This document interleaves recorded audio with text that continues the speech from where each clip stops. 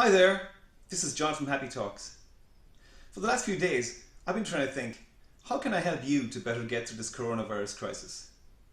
Well, one of the ways I thought was because I'm an entertainer whose job is suspended at the moment, maybe I could sing a few songs for you. Well, I've got high hopes, takes me back to when we started.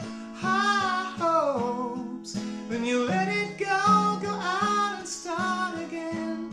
High hopes, when it all comes to an end and the world keeps spinning.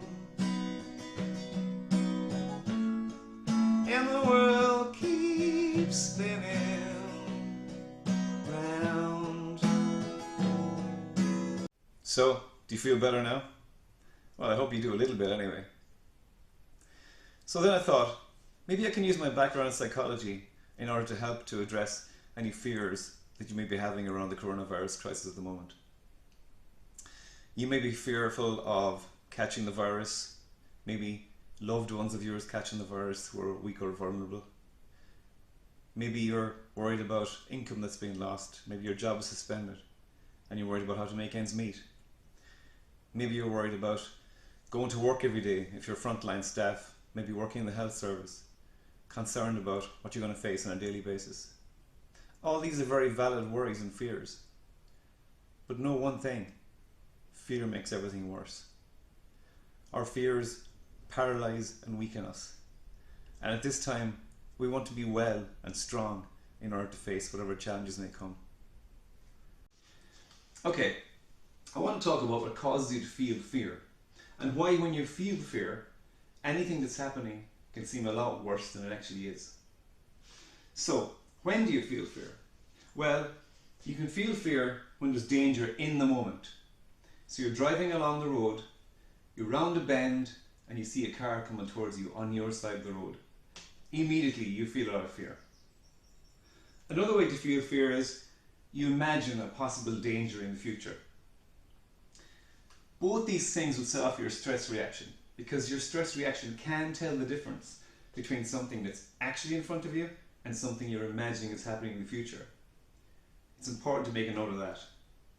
So, the reason we feel fear in the future is because we have an imagination.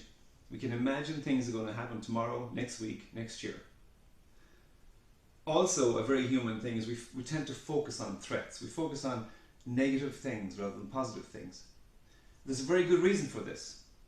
When we lived thousands of years ago, we had to constantly scan the environment in case there was something there that was going to eat us. This is the first thing we did. And after we knew we were safe, we maybe relaxed, maybe found some food, but we had to focus on the threats first. So we still instinctively do that. So when you combine these two things together, that means we tend to imagine threats in the future quite a lot.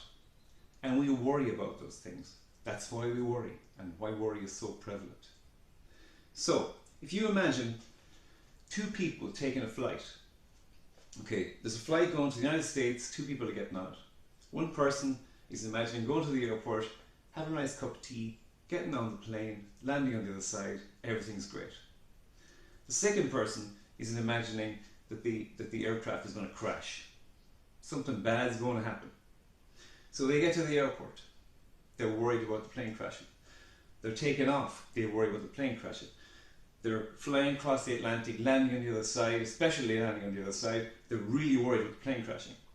So that person's experience of that flight is really, really horrendous.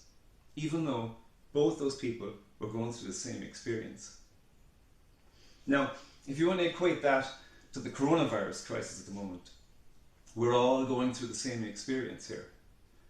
But if you let your fears run away with you, your imagination about the future run away with you, then that experience could be a lot worse for you than it needs to be.